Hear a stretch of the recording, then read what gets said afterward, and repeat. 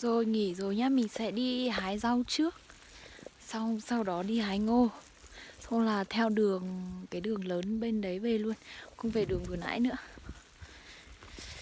Ôi giời, nãy quên mặc thêm áo giờ lạnh quá.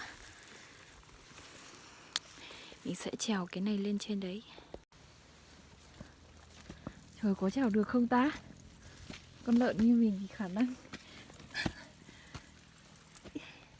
Hey.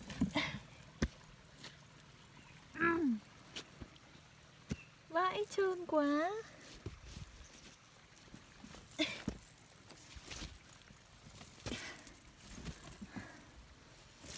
Rồi, rau tốt quá. Hơi lâu lâu rồi nên nó, với lại bây giờ là mùa đông rồi nên nó không còn kiểu, không còn nhìn không còn non non nữa. Để mình sẽ để cái vả ở đây và đi hái một ít thôi. Cái con sâu kìa, mẹ không dùng thuốc gì nên là có sâu.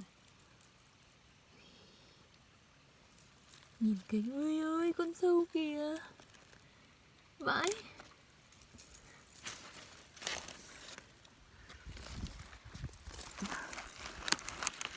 Mình phải bỏ cái này ra.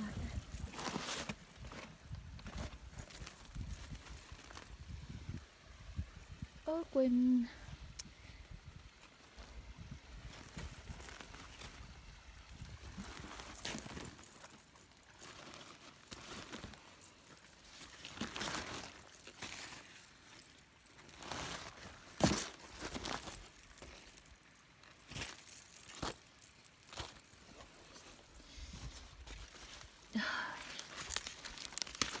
Ui, cái xương này, cái xương đọng lại trên lá rau này lạnh dã man.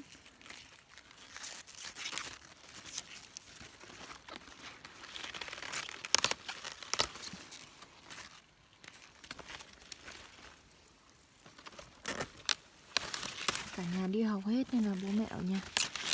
Còn một đứa em trai với lại bố mẹ ở nhà nên là cũng không ăn nhiều. Rau nó dài hết rồi. Chắc chỉ hái một ít thôi.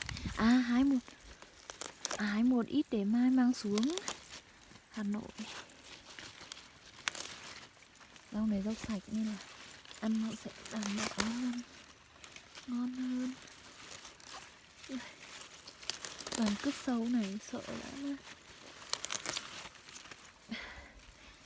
Hôm qua về nhà ăn một bữa bảo ngon. Trời ơi, bố bảo là sao lại bảo rau này ngon. Rõ ràng mình ăn rất là ngon mà cả nhà nó ăn chán rồi.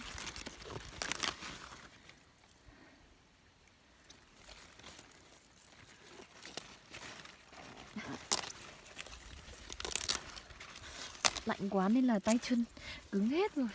Làm như kiểu robot. Trời ơi, đang nghĩ tí nữa về nhà về kiểu gì.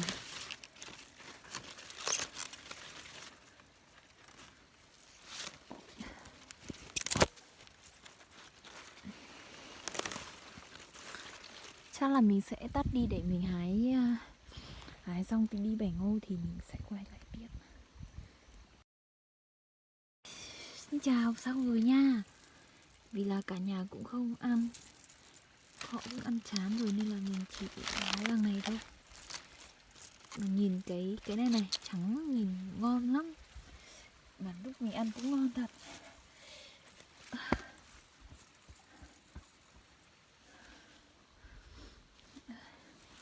Saya jauh naman si Katsali.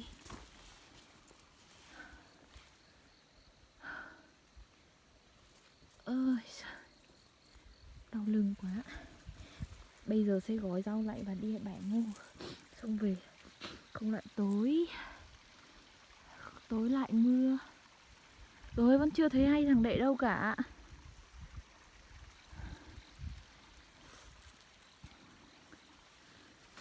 Mình sẽ để rau trong cái này, xong là mình sẽ đi bẻ ngô tiếp. Nhìn sâu kìa.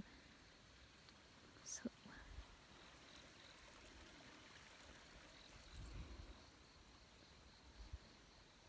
Xong rồi nha. Bây giờ mình sẽ cho cái này lên và đi vẽ nha.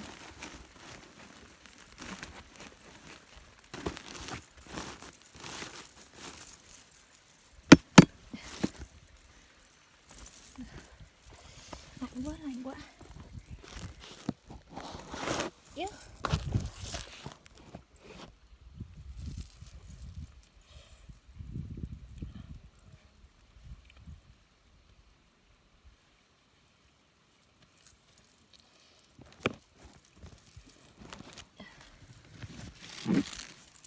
Trời ơi, lạnh thế này. Trời ơi, có xuống đường nữa không ta? Tụi anh đang thấy lo nó thà. Ủa, trơn quá. Hả? Lá thế sao thế hả? Yêu. Cho hà lên chứ mà. Vậy. Hai thằng đệ đến trên kia rồi.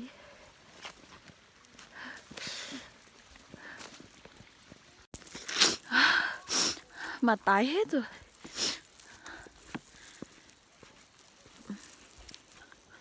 Bây giờ là sẽ trèo qua cái này. Đùa Phan đi Phan.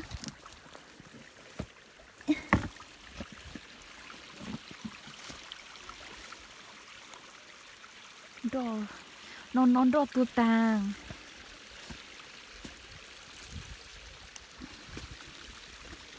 Rồi đến nước rồi, đến nương ngô rồi.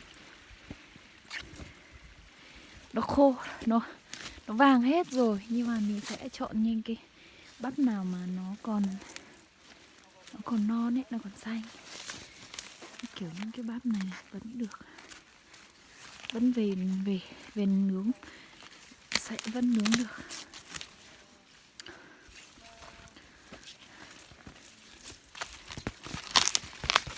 Căn bản là mình cũng thèm quá. Ở dưới kia lâu lâu mới về một lần.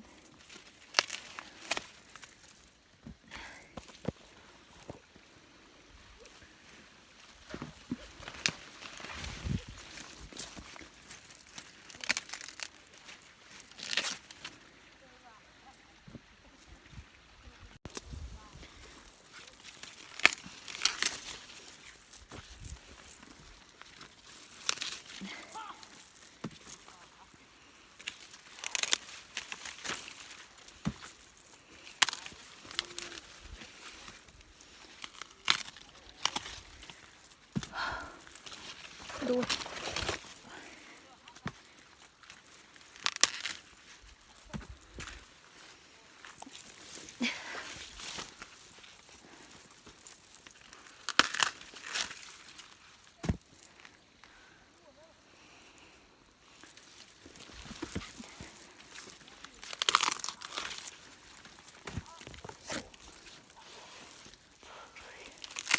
Cái xương đọng lại trên cây cỏ này lạnh dã man.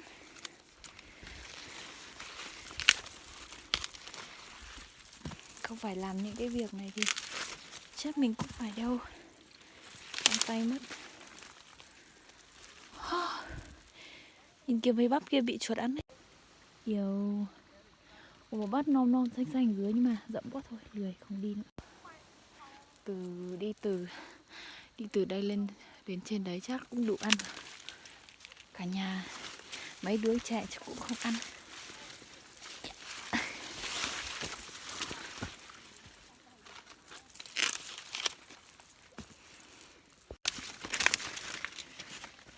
Dưới bắp này còn non này.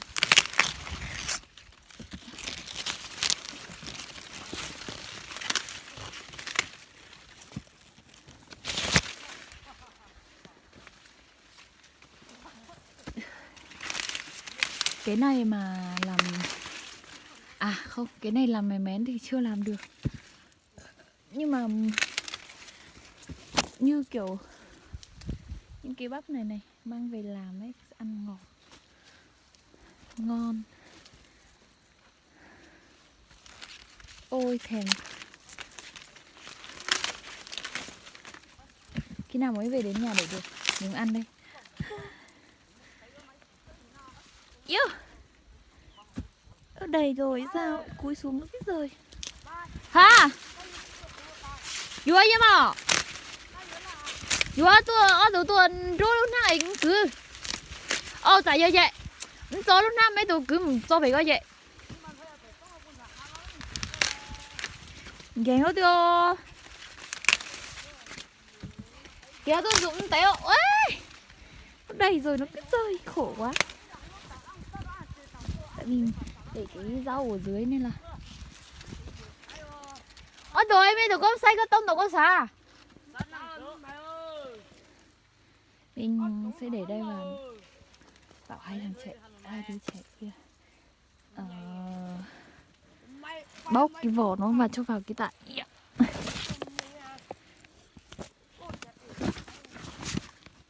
Hay giò lấy ra.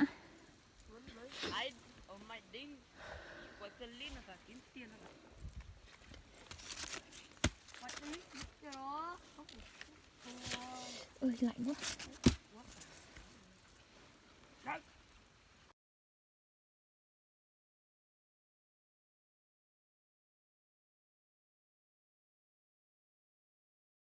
Xong rồi, bây giờ sẽ về nhà. Bây giờ về cái đường này, chứ không phải đường vừa nãy nữa. Có quả cây lý nào mày? Yes. Ý là có khai Đây là hai thằng bác cận đằng kia. Yes.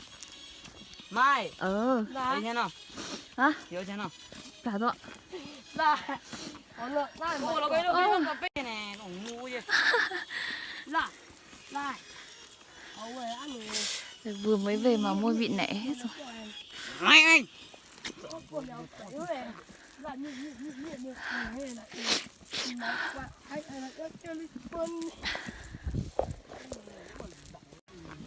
야, không cứ sư. Không có dấu nào, nó không cứ được đấy. Về ăn với lại một ít về cho gà thôi.